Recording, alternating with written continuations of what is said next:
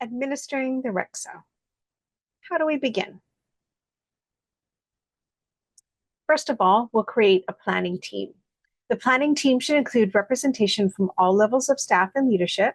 This team will lead the administration of the RECSSA and will review the results with the organization. What does the planning team do? The action items for the planning team are to identify a timeline for the process. When will we start? When do we hope to finish? They will determine engagement strategies and incentives for staff to complete the tool. They will review the RECSSA tool materials and the RECSSA forms.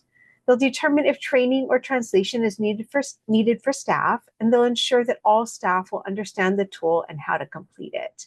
And they will also do a test run with the planning team.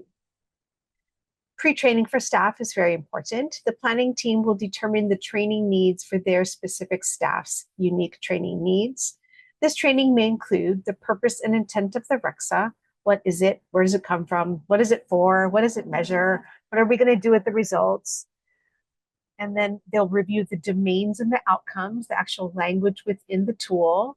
They'll review the rating scale and the language used within the form, defining terms used in the RECSSA. Also review the timeline and expectations for completion with staff, and also intent for the results. What are we going to do with all the data we collect from the RECSSA? How do we administer the RECSSA? So the administration of the RECSSA includes, after staff receive the pre-training, then you'll send out the RECSSA tool itself to all the staff for completion. This is the data collection tool. They'll ensure that staff know their participation is valuable and needed. We want everybody to complete the tool.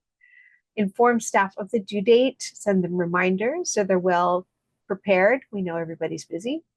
Provide incentives for completion, for example, an hour of vacation leave or some self-care time or activities or a gift card.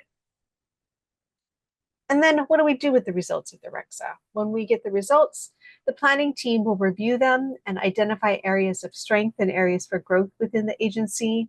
They'll discuss the findings as a team.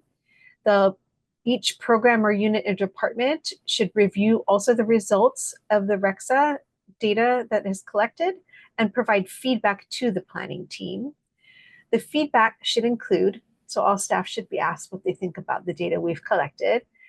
It should include their general reactions, what stands out to them about the data, what do they see as areas of strength and areas for growth, and what are their suggestions for improvement.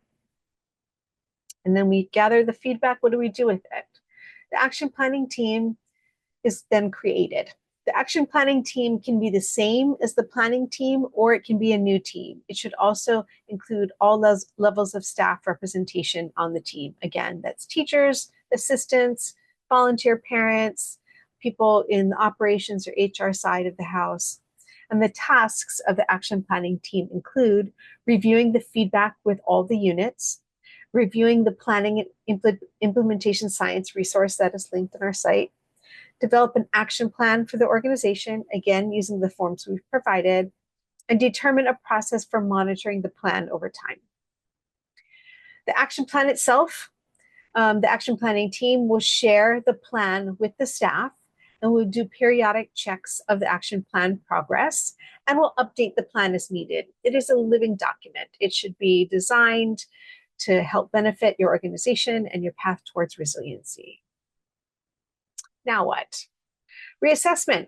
After you complete the RECSSA process, make a plan. That's part of the action plan to repeat the entire RECSSA process every year or every 2 years, and then compare your results from year to year.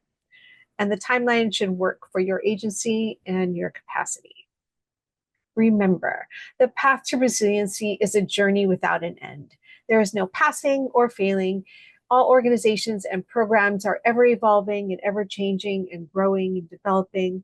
There will always be space for improving our resiliency.